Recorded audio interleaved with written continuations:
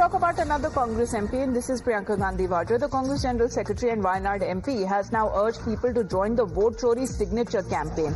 This seems to be an initiative that is now being taken up by the other Congress MP as well, where after Rahul Gandhi is up the ante against the ECI, the Congress party has gone ahead to launch the Vote Chori campaign and urging the people to join the drive. And that has been done by Priyanka Gandhi herself. This is a signature campaign, Tetri, that we are learning that has been the initiative started by the Congress party in particular, so that more and more people come and become a part of what they continue to allege vote chori in yet another series.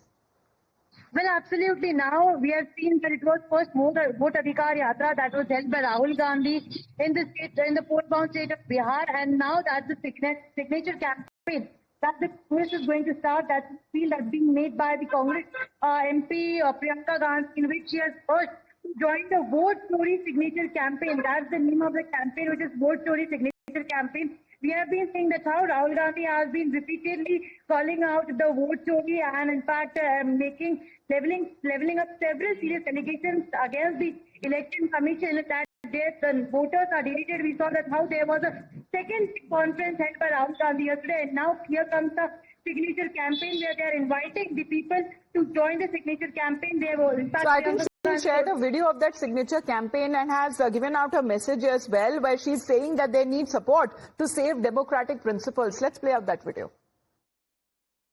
I urge all of you to join our Vote Chori signature campaign. Just as every vote counts, every signature counts, every one of your voice standing up for democracy, standing up for the constitutional values which we are fighting for our constitution counts. But there's another controversy that has erupted following the press briefing by Rahul Gandhi on vote name deletion issue, where he's displayed names and photos and other personal details, even the phone numbers of certain individuals.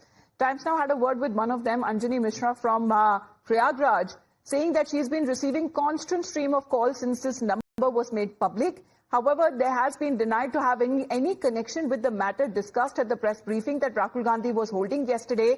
And the people now are under extreme distress, saying that this is the problem, that they are constantly getting calls from strange numbers as well. And exactly when it comes to this pressure that seems to be mounting on them, because in response, Mishra has decided to file a formal complaint with the police, saying that they are fed up now.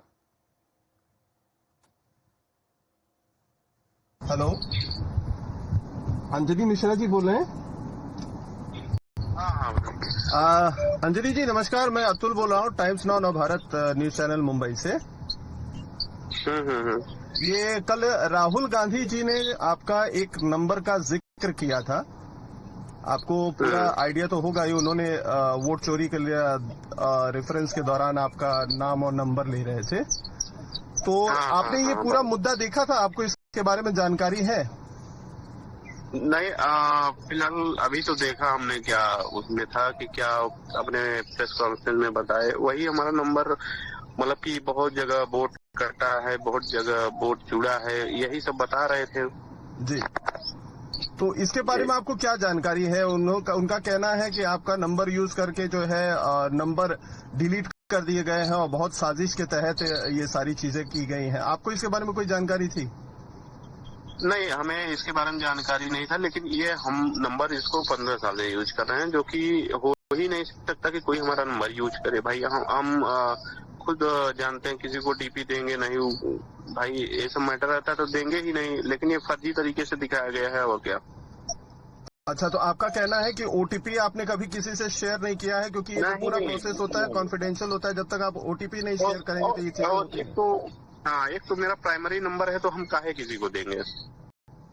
Okay, तो इसके बारे में आपको क्या news के जरिए पता चला कि कैसे क्या पता चला ये पूरा मामला? नहीं, मुझे भी न्यूज के जरिए ही पता चला। जब सुबह व्हाट्सएप पे आने लगा मेरे पे, तो हम देखे कि हाँ ये सही है, लेकिन ये पूरा सरासर फर्जी रिपोर्ट है। और क्या? ओके, तो इसको लेकर आप कोई जो है आगे कोई कार्रवाई करेंगे, कोई कानूनी कार्रवाई करेंगे? क्योंकि उनका सीधे आपके नाम का। नहीं, बिल्कुल जी, जरूर कार्रवाई तो किया जाएगा भाई। अपने नजदीकी पुलिस स्टेशन या जो भी हो, उसको रिपोर्ट तो देना ही पड़ेगा। ओके, तो आप पुलिस स्टेशन जाने वाले, अप्रोच करने वाले हैं?